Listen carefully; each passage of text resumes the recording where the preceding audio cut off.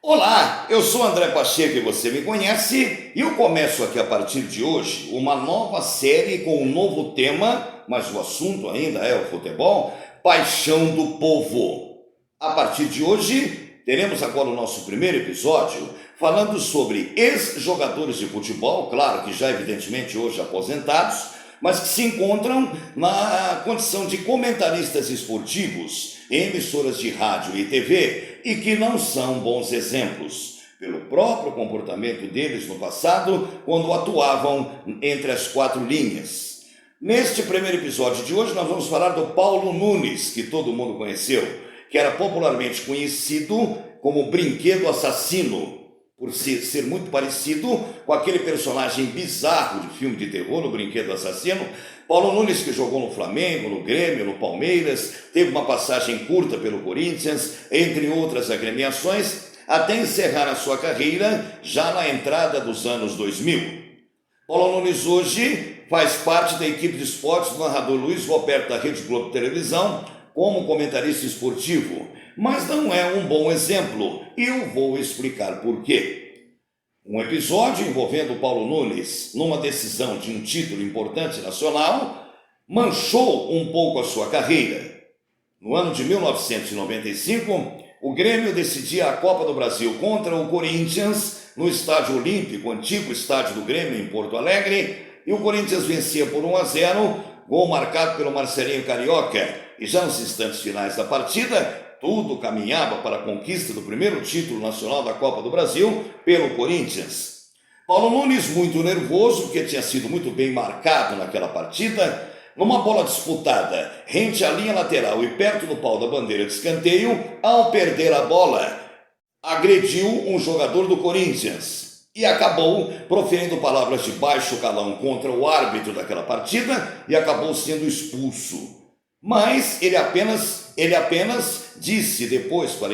a imprensa, no final da partida, quando terminou uma confusão generalizada, que ele disse apenas ao juiz que ele não tinha culpa, que o juiz estava, de uma certa forma, favorecendo o adversário, um argumento apelativo para um jogador que estava nervoso, perdendo o jogo.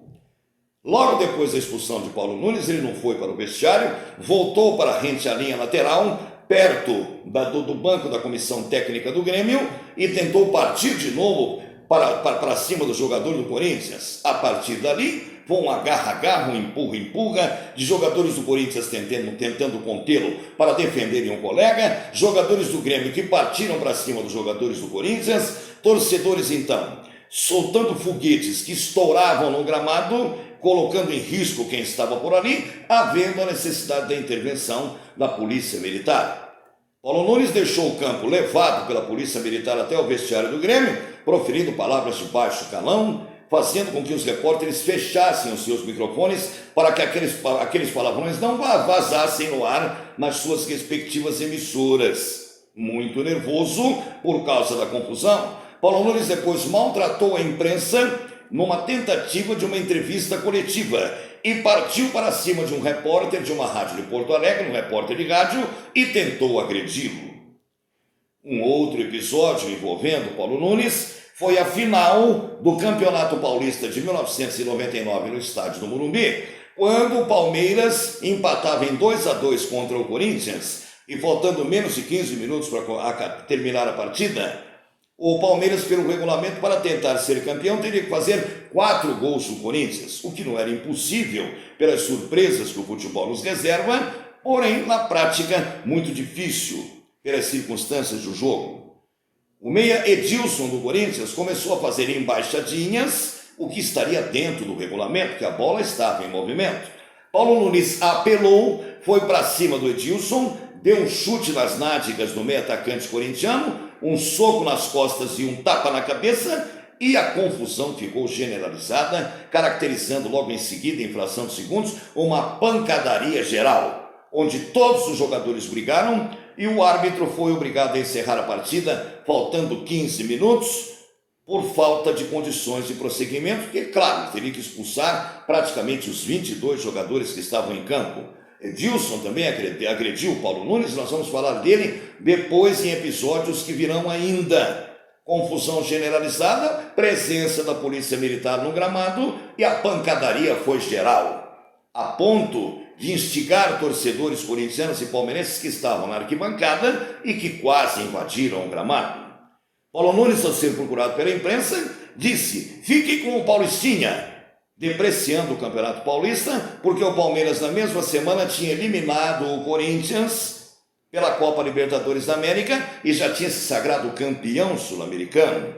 Paulo Nunes, para provocar então, correu para o banco de reservas, pegou a faixa da Libertadores, que ele tinha levado para o estádio, colocou no corpo e saiu querendo desfilar, querendo dar volta olímpica para provocar os jogadores corintianos. Depois xingou a imprensa e ainda correu mais uma vez atrás de Edilson, que foi contido, que foi protegido pelo médio volante Vampeta, que também partiu para cima do Paulo Nunes. Depois da confusão generalizada, ele maltratou mais uma vez a imprensa. Ironicamente falando, hoje ele faz parte da imprensa. 2 episódios que deixaram a carreira de Paulo Nunes manchada pela sua indisciplina. Em 2 jogos decisivos, em 2 períodos distintos contra o Corinthians, ele não suportou a derrota e apelou. Por essas e outras, e muitas outras que a gente poderia contar aqui, Paulo Nunes hoje, que se porta como bom moço perante as câmeras, apenas a aparência, porque ele não é um bom exemplo. No próximo episódio, nós vamos falar do Neto, José Ferreira Neto, que é comentarista da Rede Bandeirantes de Televisão, que também não deixou um bom legado.